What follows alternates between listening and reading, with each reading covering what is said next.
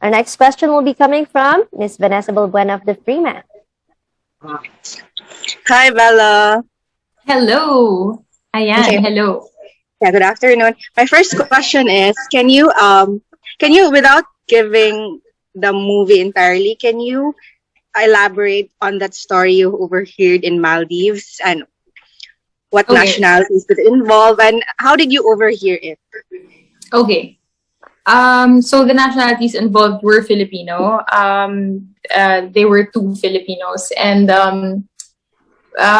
what I can say is that my character, June, is based on a woman who was in Maldives the same time I was there. Unfortunately, we weren't able to meet kasi meron siyang pinagdadaanan. And yung travel agent na kinontact ko for my whole holiday. So, bale, may kasama akong kaibigan si Vera. And kaming dalawa ni Vera, kinakwentuhan kami nung travel agent ko kung ano yung nangyayari nung panahon na yun dun sa island. Kasi napansin namin, ang daming Pilipino na pumupunta dun sa main city, sa Male, na parang nanggagaling sila ng iba-ibang island. May dala silang mga pagkain, may dala silang, I guess, tulong, or may dala silang parang necessary things for someone who's going through something. So, she told us what was happening, and yun nga, like I said kanina, nag-stick sa akin yung moment na yun, or kung ano man yung pinagdadaanan niya. Kasi kahit na umuwi na ako ng Pilipinas, nag-message ako dun sa travel agent ko. Kasi ako nakauwi na, tsaka si Vera nakauwi na ng Paris. Yung babae na pinag-usapan natin was still in Maldives. So, tanong ako ng tanong dun sa travel agent, like, is she okay? Nakauwi na ba siya ng Manila? But lagi ang sagot sa akin was, no, she's still here. Parang nakailang linggo, nandun pa rin siya sa Maldives. So, I was very concerned for her, and also I wanted to know how she was going to be after that holiday. Have you told the travel agent to tell that person that you've made a movie out of her story? Actually, no, I lost contact with that travel agent. I wanted to reach out to her to ask. I'm not sure though if she would like to see her pain, I guess, on the big screen, or if she would like to see her pain relived again. Also, I made sure to change the circumstances of my character, but I'm not, like, I guess, using her story. So what June is going through in 366 is very different. Ang similarity, I guess, is the level of pain that she went through in Maldives, but that June will experience in Turkey. I wish I could even just find out her name, or yun nga, to look for her, and I would love to ask her if she wants to see this film. Pero parang natatakot din ako kasi I guess ako rin, if may pinagdaanan ako na ganun kabigat or ganun kasakit, parang gusto ko bang makanood ng something na magpapaalala sa akin, or is it gonna be therapeutic or healing to see it again? Like, yun, syempre hindi ko ma-predict kung ano yung magiging reaction niya. Okay, that was a follow-up. So this is my final question. Okay. You said a while ago you love to people watch in your time there in London. Yes. Have you had story ideas already from people watching? That's it. Actually, yes. May baliw moment ako like 2 days ago. Nasa train ako, tapos saan ba ako papunta ng isang araw? Pupunta akong dentista, nagpa-cleaning ako. Sorry, too much information. I was going to my dentist, and pagdating ko sa train, sakto ang pinapakinggan ko, ang lumabas sa AirPods ko, yung song ni Billie Eilish na I Love You. And sobrang bigat nun, and sobrang, I don't know, for me, pag naririnig ko siya, medyo natitiri-eyed na ako agad. Tapos nakaupo ako sa train, may naisip akong eksena na gusto kong i-shoot. And alam ko na kung sino yung artistang gusto kong makasama for that scene. Like, clearly, nakikita ko na siya in front of me nung nakaupo ako sa subway, sa underground. And alam naman na nakausap ko na siya about this. So I want to work with Jericho Rosales for this particular project. And nakaupo ako, tapos ini-imagine ko sa Jericho sa harap ko, tapos napansin ko, so medyo na-lost ako in that moment na nag-iisip ako ng concept. Nakatingin na sa akin yung foreigner na nasa harap ko kasi I think nangingilid na yung luha ko. Nag-emote na ako, nag-visualize na ako sa train nang wala pa akong ka-eksena. And syempre, hindi pa naman shoot. Pero yun, na-feel ko na siya. So, yun. I have moments like those. Naweirduhan yung foreigner. I think naweirduhan siya. Sabi niya, ano kaya ginagawa ng babae? Ito nag-emote siya mag-isa. But yun. Okay, thank you, Bella and Jean. Thank That's you. it. Thank you very much, Vanessa Balbuena of the Freeman. Up next, let me call in Miss Anna Pingol of Pika Pika. Hi, Bella. Hi po. Hello. Good morning. Good afternoon. Sorry. Gusto ko lang malaman, what's the significance of Budapest sana, or in this case, Turkey, sa story? Yung Budapest po sana, gusto ko siya kasi very gothic and very, parang yung visuals ng Budapest, lalo na pag malungkot yung movie, agad-agad parang mararamdaman mo na yung lamig, yung lungkot, parang mag-isa ka talaga kung malungkot yung theme ng movie mo, tapos doon ka nag-shoot. Yung mga building nila, very gothic, meron siyang feeling ng parang kang iniwan talaga, parang hollow. So, yun yung gusto ko sana i-capture sa Budapest. At birthday niyo po pala today. Happy. Thank you. Ayan. At yes, Sir Mari, napanood ko po ang Grand Budapest Hotel. I loved it so much. Syempre, Wes Anderson din. But yun, that's the initial idea. I wanted to capture yung dark and cold side of Budapest. But when we found out that Turkey was one of the last few countries that was still open, nag-research po ako about it. I looked for locations and eventually we shot in Cappadocia. I think we achieved what I wanted to capture in Hungary. So, yun po. Eto, I hope you don't mind. Napanood na ni Norman yung buong movie. Yes, napanood niya na. Actually, sumama siya sa akin. He met me halfway. So, nung panahon ng pandemic, bawal pumasok ang foreigners sa Pilipinas po, di ba? And wala naman akong time din nun na lumipad papuntang Switzerland kasi nga nag-shoot kami na 366. So, we met halfway in Turkey. Sinamahan niya ako maghanap ng locations. And nung shoot po namin mismo, fun fact, hindi po lumabas yung passport ni JC in time for our shoot. So, may tickets na kami, ready na lahat, naka-gayak na lahat. And dapat kaming dalawa lang ni JC yung lilipad kasi yung buong crew for the Turkey shoot were Turkish. So, wala nang sumama sa akin from Manila. Dapat kaming dalawa na lang ni JC yung lilipad. Pero hindi umabot yung passport niya. So, fun fact, lahat ng likod shots ni JC sa Turkey ay pinatayo ko po si Norman or kung sino man yung kahit ni JC na nandun that day. So, may eksena sa 366 na likod ni Norman yung nakunan po namin. Nakunwari si JC. Kabuild niya. Magka-height po sila. So, and pares silang kulot. So, sabi ko, okay na yan. Kahit lumabas-labas yung hair mo konti, at least pares kayo ng itsura. And very happy ako kasi hindi po siya nagbabayad ng TF. Pro bono po yung cameo niya dito. So, yan po. Napaiyak mo siya? May isang eksena ako sa Turkey na umiiyak ako mag-isa sa Salt Lake. And parang lumayo siya. Parang sabi niya, ayaw niya, I guess, wala naman gustong makakita ng taong umiiyak. So, sabi niya, parang ang bigat daw nung iyak ko na nag-walk away na lang siya. Parang nagmuni-muni siya on his own. I mean, nung napanood niya yung kabuuan ng film na napanood. Oo. Opo, lalo na nung nabasa niya yung script kasi binasa niya muna, parang yun din yung process ko. I guess pa nagsusulat, pinapabasa ko yung script ko to a few key people to ask for opinion. So I have friends na pinagpapadalahan ko yan. Direct Irene, si Pao, si Danny, yung best friend ko, one of my close friends, Pia, and Norman. So, since may English translation yung script para sa Turkey team, pinadalan ko siya ng kopya and yun yung feedback niya sa akin sa script pa lang. Parang sabi niya, grabe nakakaiyak tong movie. So, yun. Okay, last na lang, birthday ko naman. Apo. Yes, pa-birthday. Apo. Since naranasan mo na, obvious naman na nahirapan ka pero mukhang na-enjoy mo. Pero ulitin mo ba na ikaw yung bida, ikaw yung nagsulat, at ikaw yung director? Actually, may next assignment na po ako from Viva and mukhang ganun ulit yung mangyayari. May isi-shoot po kami dito sa London by the third quarter of 2022 na mukhang ganun ulit yung mangyayari. Yun po. Thank you po. Congrats, Bella. Happy. Enjoy your special day. You. Ayan. Thank you, Miss Anna Pingal. Happy birthday. Okay, we have here, Bella, we have here more questions for you. Let me read it. From Charmy Joy Pagulang of Philippine Star. What personal realizations about love that you were able to apply in real life from the movie or vice versa? Like you draw inspiration from and used in the movie.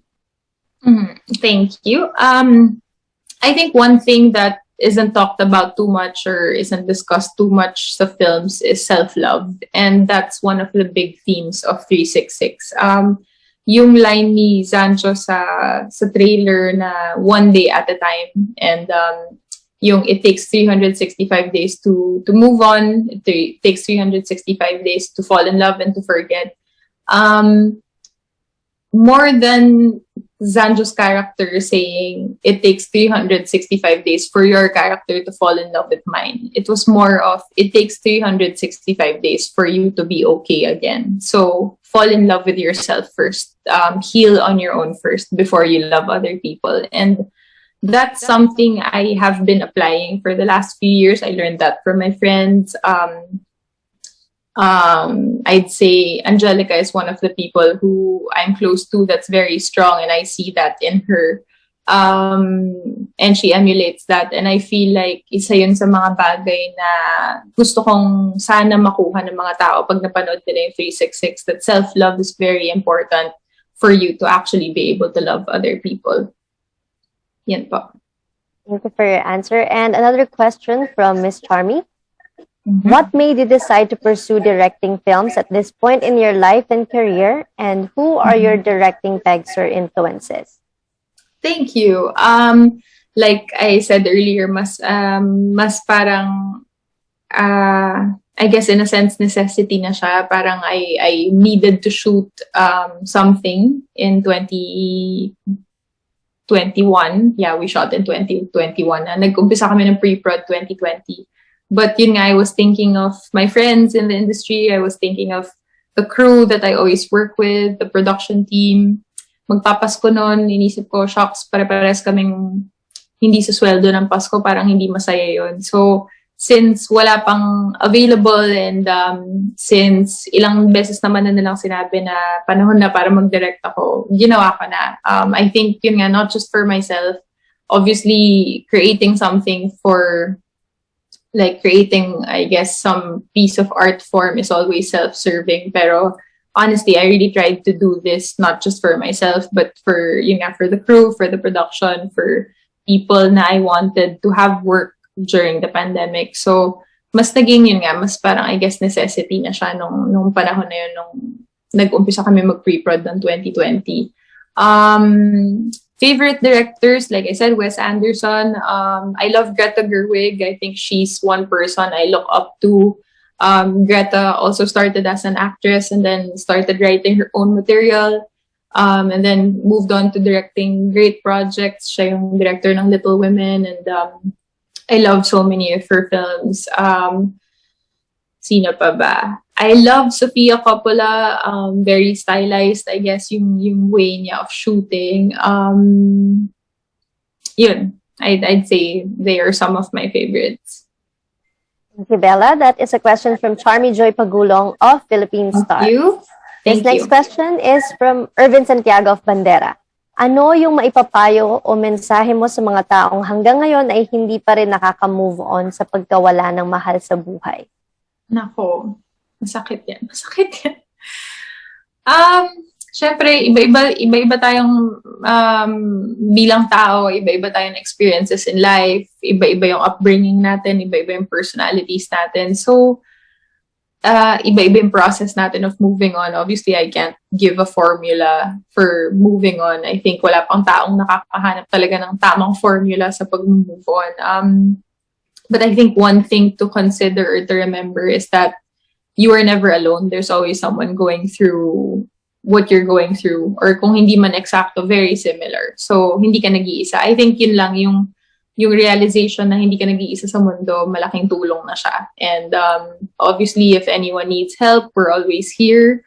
I personally try to respond as much as I can to people who ask for advice or who need advice on my social media pages. Syempre, hindi lahat nasasagot, pero yun eh, wag mo lang damdamin or wag mong isipin na mag-isa ka kasi laging merong taong handa na makinig or tumulong sa'yo.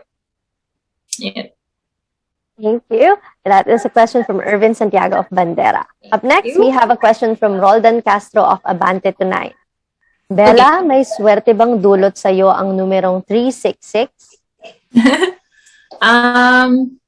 Parang wala naman. Hindi ko alam. Ano ba ang 366 pag inadad? 12, 15, number 6. Hindi ko alam kung lucky number ko ang 6. Pero, ano ba? Hindi naman. Gusto ko lang yung concept ng leap year.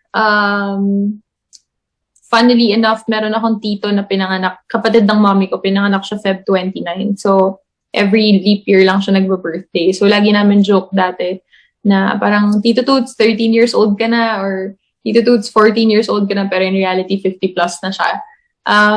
Nakakatawa for me yun, yung concept ng leap year. It tickles my brain. So, that is something I like to ponder on. Yun nga, if you have one extra day in a year, kung sanay tayo na 365 days, but every 4 years, we're given one extra day, what do you do on that one day to make it extra special? So, I wanted to play with that idea. And sana swerte ang numbers na 366 sa akin sa April 22. Ayun po. Marami talaga manonood dyan sa April 22. At ano pa ang gusto mong gawin bago mag-asawa? Follow-up question. Ano bang gusto kong gawin bago mag-asawa? Gusto ko pa manalo ng Oscar. Wow! Pass. Hindi ko alam. Siguro mga, ano pa ba?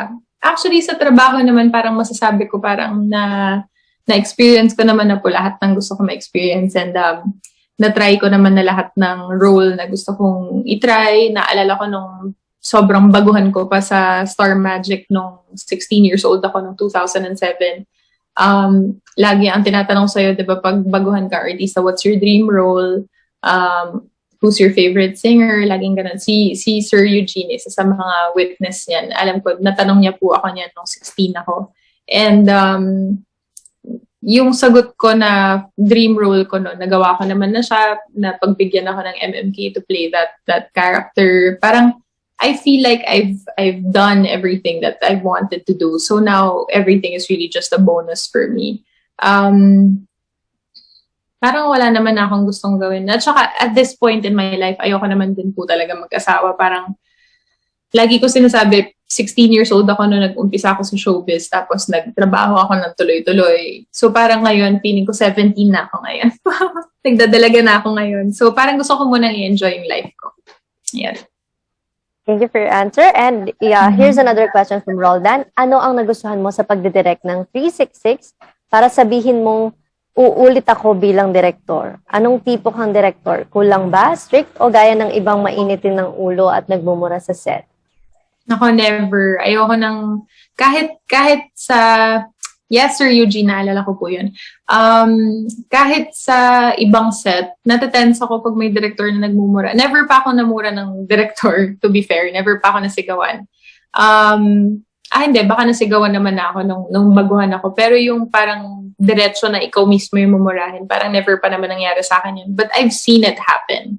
And ayoko yung nangyayari sa artista pag nasisigawan sila. Or kahit hindi artista, kahit crew, kahit production, pag nasigawan, nakikita mo silang mag-close as a person. And once na nag-close ka na, pag na-feel mo na shocks, napagalitan ako, pumalpak ako, hindi ka na creative eh. Kasi parang nasa loob ka na ng shell mo ulit. Also, at the end of the day, trabaho lang to. Parang hindi dapat tayo umaabot sa point na minumura natin yung katrabaho natin. Kasi kung nasa office tayo right now, hindi naman tayo pwedeng magsigawan at hindi ko pwedeng murahin yung secretary ko or kung sino man or kung sino man yung katabi ko sa office. Hindi naman siya normal. So, dapat hindi po siya ginagawa talaga.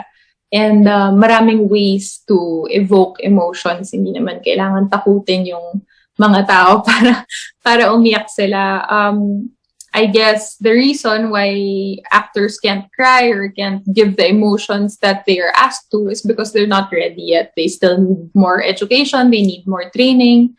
Baka that's one thing to consider, I hope, by the next generation of actors, na kung palagi ikaw yung natsyempohan na nasisigawan, lagi kang pinagdidiskitahan ng director mo or lagi ka namumura, baka panahon na para mag-workshop ka or baka dapat mag-consider ka na ng options mo to learn acting na hindi ka nasisigawan. So, definitely that is a no-no on my set. I don't love or I don't entertain that idea of people being bad-tempered on my set. So yun, like I said kanina, yun yung number one rule ko sa set ng 366. Bawal ma-bad trip. So gusto ko good vibes lagi sa set. Ayoko na nagtataas ng boses.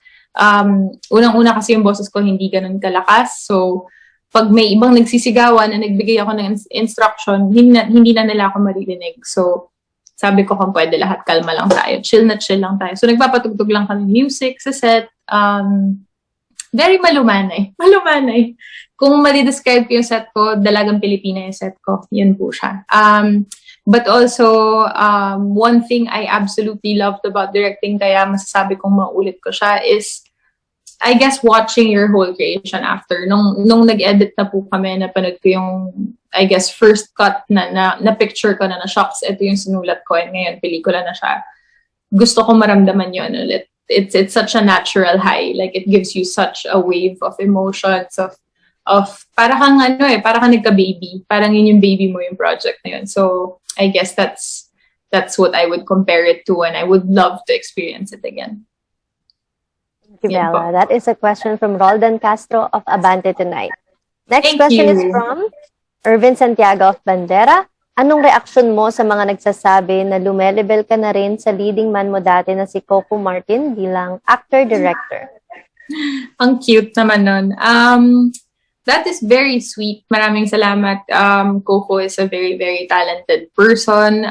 Bukod sa pagiging actor-director, kahit nung umpisa pa lang ng Probinsyano, nung nandun pa ako, siya rin ang nagko-conceptualize ng maraming plot ng Probinsyano. So, he's really a creative force, I guess, in his generation and in his world. So I'm very happy for him and I'm very proud of him. I think malayo pa yung kailangan pong tahakin para masabing ka-level ko si Coco. Kasi Coco na yun eh. Pag umabot na po ako sa sweldo ni Coco, masasabi ko na talaga na ka-level ko na siya. Ayan po. No, but seriously, I'm happy to be compared to Coco because I have great respect for him as a creative force. But we do very different projects. Hindi ko kaya mag-direct ng action. I cannot come up with action scenes. And I guess in the same way, baka there are things naman na I can do na hindi naman kaya ni Coco. So we're very different also. But yun. Thank you. Thank you. That is a question from Irvin Santiago of Bandera. Up next, we have a question from Dolly Ann Carvajal of Inquirer. If your life story will be made into a movie, what would be the title and who do you want to portray you? Hirap niya na. Wow, hirap niya.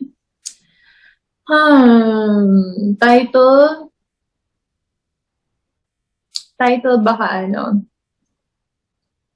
The Incredible Adventures of a Girl Named Bella. Gusto ko ganun, parang fantastical movie. I want it to feel like a Wes Anderson film. So, gusto ko very colorful, very quirky, very happy movie. And kung papapiliin ako ng pwedeng gumanap sa buhay ko, super favorite ko right now si Anya Taylor-Joy, si Zendaya, at si Elle Fanning. Kung mangangarap na din lang, sana isa sa kanilang tatlo. Ayan. Thank you for being so game answering that question. That is a question from Dolly Ann Carvajal of Inquirer. Mario Bautista, People's Journal, Malaya, and Showbiz Portal. Bella, so basically this is a 3-character movie at wala nang ibang artista sa cast? Three character, yes, dahil nag-cameo po si Norman, but there are other people po in the cast. We have Kat Galang, we have Joseph Elizalde, and we have Miss Alma Moreno po. So there are other very important key players in the film, and si Kat nakakatawa kasi while I was writing the script, alam ko na si Kat yung gusto ko for that role. So dahil kakaisip ko ng kakaisip kay Kat, ang napangalan ko sa character niya, Kat din. Tapos hindi na namin pinalitan sa set. Parang, bagay ka naman talaga na Kat. So, yan na yung pangalan mo. Yan na yung role mo dito. But yeah, she was one non-negotiable for me. Like, I really wanted Kat for that role. To the point na nag-adjust po kami sa schedule niya. Kasi she was working on something else.